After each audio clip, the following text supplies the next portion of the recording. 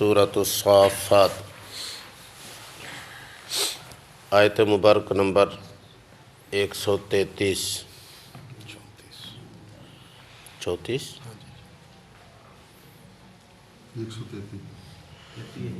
نحمدہ ونصلی ونسلم علی رسول الکریم اما بعد اعوذ باللہ من الشیطان الرجیم بسم اللہ الرحمن الرحیم وَإِنَّ لُوطًا لَّمِنَ الْمُرْسَلِينَ إِذْ نَجَّيْنَاهُ وَأَهْلَهُ أَجْمَعِينَ إِلَّا عَجُوزًا فِي الْغَابِرِينَ ثُمَّ دَمَّرْنَا الْآخَرِينَ صدق اللہ العظیم وَإِنَّ لُوطًا لَّمِنَ الْمُرْسَلِينَ اور بے شک لوط علیہ السلام البتہ رسولوں میں سے تھے اِذْ نَجَّيْنَاهُ وَأَهْلَهُ أَجْمَعِينَ اس وقت کو یاد کرو جب ہم نے بچا لیا ان کو اور ان کے سارے گھر والوں کو إِلَّا عَجُوزًا ہاں مگر ایک بڑھیا تھی فی الغابرین پیچھے رہ جانے والوں میں ثم دمرنا الآخرین پھر ہم نے ریزہ ریزہ کر دیا ہم نے دوسرے لوگوں کو تہ بالا کر دیا نیست و نابود کر دیا ہم نے دوسرے لوگوں کو گزشتہ آیات مبارکہ سے اللہ تبارک و تعالیٰ نے ایک سلسلہ شروع فرمایا جناب رسول اللہ صلی اللہ علیہ وسلم اور آپ صلی اللہ علیہ وسلم کے پیروکاروں کو تسلی دینے کے لیے مختلف حضرات انبیاء کرام علیہم السلام کا اللہ نے تذکرہ شروع کیا حضرت نوح علی نبینا علیہ السلام حضرت ابراہیم علی نبینا علیہ السلام حضرت موسیٰ علی نبینا حضرت ہارون علی نبینا علیہ السلام پھر حضرت الیاس علیہ السلام کا اللہ نے تذکرہ کیا کہ ایمان والوں کو اللہ تبارک و تعالیٰ بتانا چاہتے ہیں کہ زندگی گزارنے کے لیے ان لوگوں کی زندگی سے طریقہ کار اور ڈھنگ حاصل کرو اور جناب رسول اللہ صلی اللہ علیہ وسلم کو تسلی دی جا رہی ہے کہ دیکھو ان لوگوں نے ان شخصیات نے کیسے توحید کی دعوت دی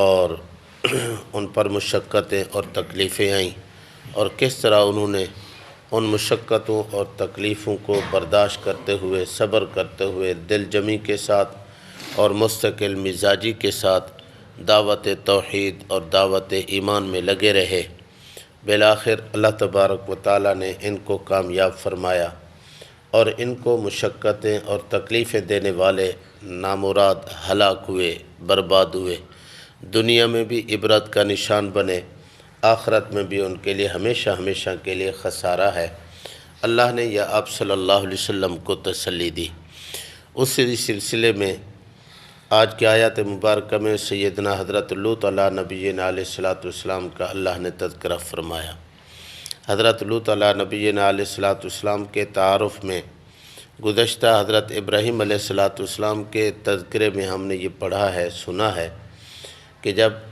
حضرت ابراہیم علیہ نبینا علیہ السلام عراق طرف ہجرت کر رہے تھے تو اس وقت یہ 3 لوگ تھے حضرت ابراہیم علیہ السلام اور ان کی اہلیہ حضرت سارہ رضی اللہ عنہا اور تیسرے حضرت ابراہیم علیہ السلام کے بھتیجے حضرت لوط علیہ السلام یہ رشتے کے اندر حضرت ابراہیم علیہ السلام کے سگے بھتیجے ہیں حضرت ابراہیم علیہ السلام کے ایک بھائی تھے ہاران عربی میں فاران اور ہاران 2 ہی نام آتے ہیں گویا دونوں ایک ہی نام کے شخص ہیں ہاران یہ لاہور والی ہا کے ساتھ ہاران اور ان کو فاران بھی کہا جاتا تھا حضرت لوط علیہ السلام ان کے بیٹے ہیں اور یہ ہاران یا فاران یہ حضرت ابراہیم علیہ السلام کے بھائی ہیں حضرت ابراہیم علیہ السلام کے ساتھ یہ ہجرت کر کے تشریف لائے تھے حضرت ابراہیم علیہ السلام کو تو اللہ نے علاقہ مستقل دے دیا، حضرت لوط علیہ السلام صدوم نامی بڑے شہر کی طرف تشریف لے گئے۔ پھر ان کے اخلاق کو دیکھ کر، ان کے محبت اور پیار کو دیکھ کر، ان کے حسن اخلاق، حسن ادائیگی، حسن چال کو دیکھ کر وہاں کے لوگوں نے ان کو رشتہ دے دیا۔ حضرت لوط علیہ السلام کی وہیں شادی ہو گئی، لیکن رشتہ دینے کو تو انہوں نے دے دیا، لیکن حضرت لوط علیہ السلام کے عقائد کو، نظریات کو، ان کی دعوت کو ان لوگوں نے تسلیم نہ کیا۔ صرف تسلیم نہیں بلکہ الٹا حضرت لوط علیہ السلام کے در پے ہو گئے، لوط علیہ السلام کو مارنے پیٹنے لگے، حضرت لوط علیہ السلام کو تکلیفیں پہنچانے لگے، زبان کے ذریعے بھی، ہاتھوں کے ذریعے بھی، گالم گلوچ برا بلا بھی کہتے اور مارتے پیٹتے بھی تھے۔ بعض دفعہ پتھر مار دیتے، بعض دفعہ لوط علیہ السلام کے سامنے آ کے ہنسی مذاق کے ایسے مذاق اڑاتے کہ لوگوں کے سامنے حضرت لوط علیہ السلام یوں کہیں کہ عجوبہ بن جاتے تھے کہ ایک طرف بھی لوگ ہنس رہے ہیں، دوسری طرف بھی لوگ ہنس رہے ہیں، بیٹھے بیٹھے تالیاں بجانے لگ گئے، بیٹھے بیٹھے ہوا اونچی آواز میں خارج کرنے لگ گئے، پھر وہ چیخیں مارنے لگ گئے۔ عجیب انسان تمسخر کا شکار بن جاتا ہے۔ ان لوگوں نے حضرت لوط علیہ السلام کے ساتھ ذلت آمیز معاملہ بہت زیادہ کیا۔ حضرت لوط علیہ السلام کی اولاد بھی ہوئی، 2 بیٹیاں پیدا ہوئی، بعض تفسیر کی کتابوں میں 3 بیٹیوں کا ذکر بھی آتا ہے۔ حضرت لوط علیہ السلام کی یہ 3 بیٹیاں بھی تھیں، بیوی بھی تھی۔ بعد کی تفسیر کی کتابوں میں حضرت لوط علیہ السلام کی 2 شادیوں کا ذکر آتا ہے۔ تو حضرت لوط علیہ السلام کی بیٹیاں وہ ایمان لے آئیں، باپ پر ایمان لے آئیں، صرف ایمان نہ لائیں بلکہ اپنے باپ حضرت لوط علیہ السلام کے ساتھ مل کر اپنی ماں کی بھی وہ منت سماجت کرتی رہیں، ان کو بھی سمجھاتی رہیں کہ ابو کی بات مان لیں، ابو کی نافرمان نہ بنیں، اللہ کے عذاب سے بچ جائیں گی، کہیں اللہ کی پکڑ میں نہ آ جائے۔ لیکن وہ عورت ذات تھی، وہ نہ مانی۔ یاد رکھنا وہ عورت کافرہ تھی۔ حضرت لوط علیہ السلام کے ساتھ نکاح ہوا، پہلی شریعتوں کے اندر کافر اور مسلمان کا نکاح جائز تھا۔ یاد رکھنا ہماری شریعت کے اندر بھی ابتداءً نکاح جائز تھا۔ آپ صلی اللہ علیہ وسلم کے نبوت کا اظہار کر دینے کے بعد تقریباً 13 سال تک کافر اور ایمان والوں کا آپس میں نکاح ہوتا رہا۔ 10 سال مکہ مکرمہ کے اور 3 سال مدینہ منورہ کے۔ مدینہ منورہ کے اندر بھی 3 سال تک یہ ممانعت اور پابندی نہیں تھی کہ کافر اور مسلم کا آپس میں نکاح نہیں ہوتا۔ تقریباً 3 ہجری کے اندر، 3 ہجری کے بعد میں پھر اللہ تبارک و تعالیٰ نے منع فرمایا وَلَا تَنْكِحُوا الْمُشْرِكَاتِ حَتَّى يُؤْمِنَّ، مشرکہ عورتوں سے نکاح مت کرو جب تک کہ وہ ایمان نہ لائیں۔ اور ایمان والی عورتوں کو اللہ نے حکم فرمایا وَلَا تَنْكِحُوا الْمُشْرِكِينَ حَتَّى يُؤْمِنُوا، تم مشرک مردوں سے نکاح نہ کرو جب تک کہ وہ ایمان نہ لائیں۔ تو میں عرض یہ کر رہا ہوں ہماری شریعت کے اندر بھی ابتداً پہلے 13 سال تک یہ کافر اور ایمان والوں کا آپس میں نکاح ہوتا رہا، بعد میں اللہ تبارک و تعالیٰ نے منع فرما دیا۔ تو پہلی شریعتوں کے اندر ایمان والے اور کافر ان کا آپس میں نکاح ہو جاتا تھا۔ حضرت لوط علیہ السلام کی بیوی کافرہ تھی، حضرت نوح علیہ السلام کی بیوی بھی کافرہ تھی، لیکن نکاح ہو گیا تو اللہ تبارک و تعالیٰ نے حضرت لوط علیہ السلام کا ذکر یہ فرمایا وَإِنَّ لُوطًا لَمِنَ الْمُرْسَلِينَ، اور بے شک لوط علیہ السلام یہ البتہ رسولوں میں سے ہیں۔ حضرت لوط علیہ السلام بھی گویا مستقل صاحب شریعت تھے، اللہ نے ان کو مستقل شریعت، مستقل طریقہ عطا فرمائی، مستقل نبی تو تھے ہی، مستقل شریعت بھی عطا فرمائی۔ یہ حضرت لوط علیہ السلام جس علاقے کی طرف مبعوث ہوئے، تشریف لے گئے اللہ کا حکم لے کر، وہ 6 بڑے بڑے شہر کہہ دو یا 6 بڑے بڑی بستیاں کہہ دو، اس وقت بستیاں تھے، آج کے دور کے اعتبار سے شہر کہہ لو، تقریباً 12 لاکھ کی آبادی تھی، جن میں حضرت لوط علیہ نبی علیہ السلام مبعوث ہوئے، تشریف لے گئے۔ گویا کہ 12 لاکھ افراد کی ذمہ داری ڈالی گئی تھی حضرت لوط علیہ السلام پر۔ کبھی ایک شہر میں جا رہے ہیں، کبھی دوسرے شہر میں جا رہے ہیں، کبھی تیسری بستی میں، کبھی چوتھی بستی میں، کبھی پانچویں چھٹی بستی میں، 6 بستیوں میں مسلسل کام کر رہے ہیں۔ ایک بستی کے اندر کام کر رہے ہیں، وہاں کے لوگ مخالف ہو گئے، انہوں نے مارنا پیٹنا شروع کر دیا۔ دوسری بستی میں چلے گئے، چلو بھی ان کا غصہ ٹھنڈا ہو جائے، پھر ان کو آ کے سمجھا لیں گے۔ دوسری بستی والوں نے پھر اس طرح نازیبا رویہ رکھا، وہاں سے چلے گئے تیسری بستی میں، وہاں سے چلے گئے چوتھی بستی میں۔ اس طرح 6 شہروں کے اندر، اس وقت کی بستیاں، آج کے دور میں 6 شہر، 6 شہروں کے اندر کام کر رہے ہیں۔ 12 لاکھ افراد کی ذمہ داری حضرت لوط علیہ السلام پر۔ حضرت لوط علیہ السلام مسلسل رات کو، دن کو، صبح کو، شام کو، دوپہر کو، گرمی ہے، سردی ہے، لوگوں کے آرام کا وقت ہے، سونے کا وقت ہے، کاروبار کا وقت ہے، جاگنے کا وقت ہے۔ حضرت لوط علیہ السلام کو صرف ایک ہی فکر لگی ہوئی ہے کہ کسی نہ کسی طریقے سے میرے یہ لوگ ایمان لے آئیں، یہ لوگ میری بات مان لیں۔ اللہ نے اسی کو فرمایا وَإِنَّ لُوطًا لَمِنَ الْمُرْسَلِينَ، لوط علیہ السلام ہمارے رسولوں میں سے ایک رسول تھے، صاحب شریعت انسان تھے، بہت بڑے برگزیدہ شخصیت تھے۔ انہوں نے انتھک محنت کی، جتنی ان لوگوں نے محنت کی، میں کہتا ہوں مجھے اور آپ کو اندازہ نہیں ہے، ہم سوچ نہیں سکتے۔ تفسیر کی کتابوں میں لکھا ہے لوط علیہ السلام لیٹتے تھے آرام کرنے کے لیے، پھر خیال آ جاتا ہے کہ اللہ مجھ سے پوچھ نہ لے، وہ بستی والے، بستی کے اس کونے والے، یار وہ افراد، ان سے میں مل لوں، دعوت دے دوں۔ اٹھ کے جا رہے ہیں، آگے گئے وہ سوئے ہوئے انتظار میں ہیں، پھر دوسرے لوگوں کے پاس چلے گئے، کوئی جاگ رہے ہیں ان کی منت سماجت شروع کر دی، کوئی کاروبار میں ہیں ان کے پاس چلے گئے۔ محنت مشقت برداشت کی، اپنے آپ کو بالکل کیا کہیں انتہائی مشقت میں ڈال کر بھی ان لوگوں کی فکر کر رہے ہیں۔ کسی کے سامنے ہاتھ باندھتے، کسی کے سامنے کو ترغیب دیتے، کسی کی سماجت کرتے، کسی مختلف اندازوں میں حضرت لوط علیہ السلام سمجھا رہے، لیکن وہ لوگ نہ مانے۔ جب نہ مانے، اللہ تبارک و تعالیٰ غصے میں آ گئے۔ اللہ تبارک و تعالیٰ کا غصہ، پھر جلال، اللہ نے اس کا ظہور فرمایا، عذاب بھیجا۔ رات کو اللہ تبارک و تعالیٰ نے حضرت لوط علیہ السلام کو حکم ارشاد فرمایا، صبح ہونے سے پہلے اپنے گھر والوں کو لے کر یہاں سے چل پڑو۔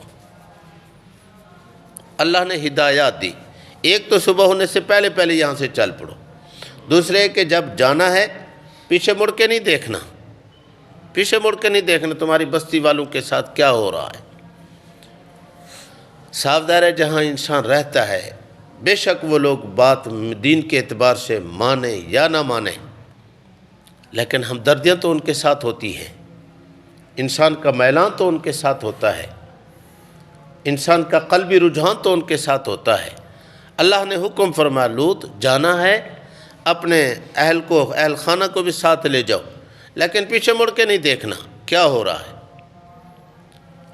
وقت کے جلیل القدر پیغمبر ہیں، سارے انبیاء علیہ السلام کی یہی روٹین، یہی عادت، یہی مزاج تھا کہ جیسے اللہ کا حکم ہوا انہوں نے ویسے ہی سر تسلیم خم کر کے مان لیا۔ حضرت لوط علیہ السلام رات کو لے کر اپنے گھر والوں کو چل پڑے۔ سورہ ہود کے اندر، سورہ شعراء کے اندر، سورہ نمل کے اندر، سورہ انعام کے اندر اس کا مستقل ذکر ہے، آگے 28ویں پارے کے اندر بھی ذکر ہے۔ مختلف مقامات پر اللہ نے ان کا ذکر فرمایا۔ حضرت لوط علیہ السلام نے اہل خانہ کو ساتھ لیا اور چل پڑے۔ اہل خانہ سے مراد یا تو یہ بیٹیاں ہیں، اور یا بعض مفسرین کے کہنے کے مطابق بھی 2 بیویاں تھیں، تو ایک بیوی ایماندار تھی وہ ساتھ چل پڑی، یا وہی اہل خانہ سے مراد بیوی نہیں ہے، بیٹیاں یا مراد ہیں، بیٹیاں ساتھ چل پڑیں۔ بیوی کی بھی منت ترلا کرتے رہے حضرت لوط علیہ السلام بھی، ان کی بیٹیاں بھی تو بھی آ جا، بات تفسیر کی کتابوں میں ہے، وہ تو ضد کر کے اڑ گئی، میں تو نہیں جاتی تمہارے ساتھ، اور بات تفسیر کی کتابوں میں یہاں تک آتا ہے کہ وہ مان کے چل پڑی، لیکن ہر دوسرے قدم پہ چلتی پیچھے مڑ کے دیکھتی کیا ہو رہا ہے، ایسے خامخواہ تم ڈرا رہے ہو، ایسے باتیں کرتے ہو، کیا ہے، کچھ بھی نہیں ہے ان کے ساتھ، کچھ بھی نہیں ہو رہا۔ جیسے حضرت لوط علیہ السلام اپنی بیٹیوں کو لے کر گھر سے نکلے، اللہ تبارک و تعالیٰ نے ان بستی والوں پر عذاب بھیج دیا۔ عذاب ایک نہیں تھا، مختلف عذاب تھے، مختلف عذاب۔ ایک جگہ سے آتا ہے اللہ تبارک و تعالیٰ نے حضرت جبریل امین کو بھیجا، انہوں نے چیخ ماری۔ ایک جگہ آتا ہے حضرت اللہ تبارک و تعالیٰ نے آسمان سے پتھروں کی بارش برسائی، پتھروں کی بارش، آسمان سے پتھر برس رہے ہیں۔ ہمارے ہاں پانی آتا ہے اور جب کبھی اللہ کا غصہ ہوتا ہے تو پھر اولے برستے ہیں، اولے کبھی چھوٹے ہوتے ہیں، کبھی موٹے ہوتے ہیں، بڑے بھی ہوتے ہیں۔ اس وقت جو ہے وہ اللہ کی طرف سے عذاب بن کر یہ پتھر برسے آسمان سے۔ میں اور آپ سوچتے ہیں یار یہ کیسے ہو سکتا ہے، پتھر کیسے برستے ہیں؟ جو اللہ اولے برساتا ہے وہی اللہ پتھر بھی برساتا ہے، پتھر برسے۔ اور ایک بعض آیات مبارکہ میں ان کے اوپر جو عذاب آیا، اللہ نے فرشتوں کو حکم دیا کہ ان کی بستی کو بمائے زمین، بمائے عمارتیں، بمائے مکانات، زمین کی جڑوں سے ان کو اکھیڑ دو۔ ایسے اٹھا کر لے گئے آسمان کے قریب، پھر ان کو پلٹ دیا۔ چیخ کا عذاب آیا، کلیجے پھٹے، دماغ پھٹ گئے، پتھروں کی بارش ہوئی اور زمین کو الٹ دیا گیا، پوری بستی کو الٹ دیا گیا۔ اور یہ لوگ مرکزی جرم کافر تو تھے ہی، اس کے علاوہ اخلاقی جرم بھی ان کے اندر بہت زیادہ ہے، جرائم، اخلاقی جرائم، کہ مرد کے ساتھ اپنے ہم جنسی، اپنی شہوت، اپنی خواہش پوری کرتے تھے۔ جنس پرستی ان کے اندر تھی، جنس پرستی۔ اور اس کے علاوہ وہ جرائم بھی تھے جو اللہ کے ہاں ناپسندیدہ تھے، اور آج وہ ہمارے عرف عام کے اندر بھی پائے جاتے ہیں۔ بڑی مجلس میں بیٹھے ہوئے ہوا اونچی آواز میں خارج کر دینا، پھر اس کے اوپر کہہ کے لگانا، تالیں لگانا، خوشی کا اظہار کرنا۔ ایک ہے کہ ایک انسان بیمار ہے، پیٹ ہوا پیٹ میں بھر گئی، نکل پڑی، ایک الگ بات ہے، لیکن یعنی مجلس کو جیسے ہم کہتے ہیں بھی مجلس گرم ہو جاتی ہے، ذرا ماحول بن جاتا ہے، ہنسی مذاق کا ماحول۔ یاد رکھنا یہ کوئی سنجیدہ قسم کے لوگوں کا رویہ نہیں ہے، اللہ کے ہاں یہ پسندیدہ مشغلہ نہیں ہے، لیکن ان لوگوں کے اندر یہ عادات تھی۔ بیٹھ جاتے چوک چراہوں پر، کوئی عورت گزر رہی ہے، وہیں سے تالے بجانے شروع کر دی، سیٹیں بجانے شروع کر دی، آوازیں دینے شروع کر دی۔ کوئی نوعمر لڑکا سامنے آتا اس کو پکڑ لیتے، شہوت پرستی، ہم جنسی کرتے۔ لیکن اور ایک ہے کہ گناہ کرنا، ایک ہے کہ گناہ کھلم کھلا کرنا، کھلم کھلا کرنا۔ جب حضرت ابراہیم علیہ نبینا علیہ السلام کے پاس یہ فرشتے تشریف لائے، حضرت اسحاق علیہ السلام کی بشارت اور خوشخبری دینے کے لیے، ادھر قوم لوط پر عذاب دینے کے لیے فرشتے آئے۔ وہ فرشتے آئے تھے انسانی شکل میں اور نوعمر شکل میں۔ حضرت ابراہیم علیہ السلام نے ان کو انسان سمجھ کر ان کا اعزاز و اکرام کیا، بچڑا ذبح کیا، انہوں نے نہ کھایا۔ ابراہیم علیہ السلام کو عجیب سا محسوس ہوا، پوچھ لیا کھاتے کیوں نہیں؟ انہوں نے کہا ہم تو اللہ کے بھیجے ہوئے فرشتے ہیں، فرشتے کھانے نہیں کھایا کرتے، فرشتے پانی نہیں پیا کرتے، فرشتوں کو نہ بھوک ہوتی ہے، نہ درد اور تکلیف ہوتی ہے، نہ ان کو تھکاوٹ ہوتی ہے، نہ کچھ بھی نہیں ہوتا فرشتوں کو، وہ تو ایک بنی ہوئی نور کی مخلوق ہے، جنات آگ کی مخلوق ہیں۔ کھانے پینے کے، بھوک لگنے کے، تھکاوٹ اور عاجز ہونے کے دو چیزیں مکلف ہیں، دو مخلوق ہیں، ایک انسان اور جنات جو ذوی العقول، ذوی الشعور مخلوق میں سے ہیں۔ تیسری چیز جو ہے وہ حیوانات، جانور ہیں، ان کو بخار بھی ہوتا ہے، ان کو بھوک بھی لگتی ہے، ان کو درد تکلیف بھی ہوتی ہے۔ یہ تین مخلوقات۔ فرشتے اس قسم کے ان کو یہ عوارضات پیش نہیں آتے۔ تو یہ انسانی شکل میں گئے تو یہ بدبخت لوگ یہ اٹھ کر انہی فرشتوں کے پیچھے لگ گئے اور اب بستی میں آوازیں لگانے لگ گئے، نعرے لگانے لگ گئے، آ جاؤ لوط علیہ السلام کے پاس، آج آ گئے، ہمارا مال آ گئے، ہمارا مطلب پورا ہو رہا ہے، آ جاؤ۔ سارے اکٹھے ہو رہے ہیں، لوط علیہ السلام منتیں کر رہے ہیں، سماجت کر رہے ہیں، ہاتھ باندھ رہے ہیں اور رکاوٹ کر رہے ہیں، حتیٰ کہ لڑنے کی نوبت تک آ گئے، کسی کو پکڑ کے ایک طرف دھکیلتے ہیں، کسی کو دوسری طرف دھکیلتے ہیں۔ حضرت لوط علیہ السلام نے یہاں تک کہہ دیا، کم بختو میری بیٹیاں تمہارے پاس ہیں، ان کے ساتھ نکاح کر لو، لیکن یہ کام نہ کرو، میرے آئے ہوئے مہمانوں کے سامنے مجھے رسوا نہ کرو۔ لیکن وہ بدبخت نہ مانے۔ اللہ تبارک و تعالیٰ نے اسی کا ذکر فرمایا، ہم نے جب ان کو پر عذاب بھیجا، اذ نجیناہ واہلہ اجمعین، ہم نے لوط علیہ السلام کو بھی اپنے اس عذاب سے بچا لیا۔ لوط علیہ السلام کے اہل خانہ سارے کو ہم نے بچا لیا، یا تو بیٹیاں مراد ہیں یا پھر 2 بیٹیاں بھی تھیں، 2 یا 3 بیٹیاں بھی تھیں اور ایک بیوی بھی تھی، ان کو اللہ نے بچا لیا۔ آگے اللہ نے خود ہی ذکر فرمایا، الا عجوزا فی الغابرین، ہاں مگر ایک بڑھیا عورت تھی، یہ لوط علیہ السلام کی بیوی تھی، بوڑھی تھی، ان کو اللہ تبارک و تعالی نہ بچایا، فی الغابرین، یہ پیچھے رہ جانے والوں میں سے تھی، یا تو بستی سے نکلی نہ تھی یا نکلی تو تھی لیکن پیچھے مڑ کے دیکھتی تھی، ساتھ باتیں کرتی تھی، ایسے ڈرا رہے ہو، کیا ہوتا ہے، کچھ بھی نہیں ہے، دیکھو صحیح سلامت ہے۔ بس وہ پتھروں میں سے ایک پتھر اس کے بھی سر پہ دماغ پہ لگا، بس اس کا کام پورا ہو گیا، وہیں ختم ہو گئی۔ الا عجوزا فی الغابرین۔ آج کے آیات مبارکہ میں اللہ نے مجھے اور آپ کو جو سبق دیا ہے، ایک سبق اس میں سے یہ ملتا ہے کہ ہر انسان کو اپنا ایمان کام آتا ہے۔ دیکھو، عورت ہے، بیوی ہے، منکوہ ہے، بچوں کی ماں ہے، کافرہ ہے، ایماندار نہیں ہے، اللہ کی طرف سے عذاب آیا تو یہ نہ بچ سکیں۔ یہ نہیں دیکھا گیا کہ خاوند ایماندار ہے، صرف ایماندار نہیں، ایمان کی دعوت دینے والا ہے، صرف دعوت دینے والا مستقل نبی اور رسول ہے، لیکن نہیں، حسب نسب رشتہ ناتا تعلق کوئی کام نہ آیا، انسان کے اپنے پلے ایمان ہو تو وہ بچ جاتا ہے اللہ کی پکڑ سے۔ اس لیے سب سے پہلے تو اسی بات کی فکر کرنی چاہیے کہ ہم اپنے ایمان کو بنائیں، پھر اپنے اہلیہ کے ایمان کو بنائیں، اپنے بچوں کے ایمان کی فکر کریں۔ ہر انسان پر یہ ذمہ داری ہے۔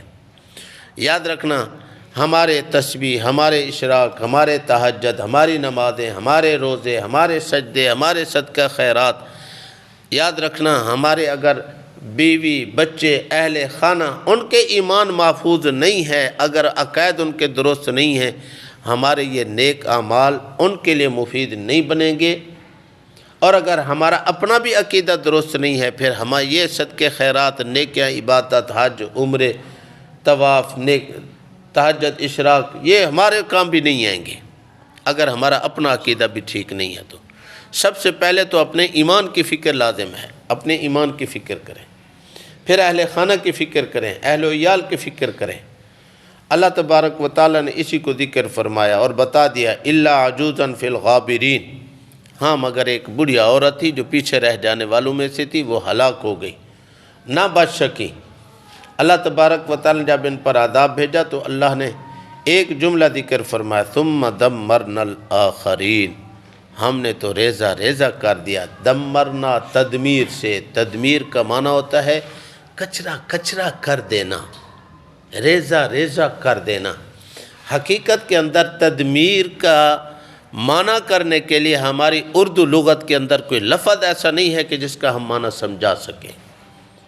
بعض لغت والوں نے تدمیر کا معنی تہ بالا کر دینا، بعض لغت والوں نے معنی کیا یعنی نیست و نابود کر دینا، بعض لغت والوں نے معنی کیا ہے اس تدمیر، دمرنا، ریزہ ریزہ کر دینا، ٹکڑے ٹکڑے کر دینا، ہلاک اور برباد کر دینا۔ حقیقت کے اندر اس جملے کے اندر جو اللہ تبارک و تعالیٰ نے غصے کا اظہار فرمایا اور اس قوم کا اللہ نے اتنا، ثم دمرنا الآخرین، پھر ہم نے ہلاک کر دیا ان کو، ریزہ ریزہ کر دیا ان کو، ٹکڑے ٹکڑے ان کو کر دیا دوسرے لوگوں کو۔ اللہ کا اتنا غصہ ظاہر ہوا کہ اللہ نے اس بستی والوں میں سے ایک فرد بھی نہ چھوڑا، ایک فرد بھی نہ چھوڑا۔ سب کے سب کو اللہ نے ہلاک اور برباد کر کے رکھ دیا۔ اللہ مجھے اور آپ کو محفوظ فرمائے۔ یاد رکھنا، نبی علیہ السلام وقت کے جلیل القدر پیغمبر کی مخالفت کرنا، ان کی تعلیمات سے منہ موڑنا، یہ اللہ کے عذاب کو دعوت دینے والی بات ہے۔ ان لوگوں نے نہ مانا، یہ اللہ نے ہمارے سامنے نمونے رکھے ہیں۔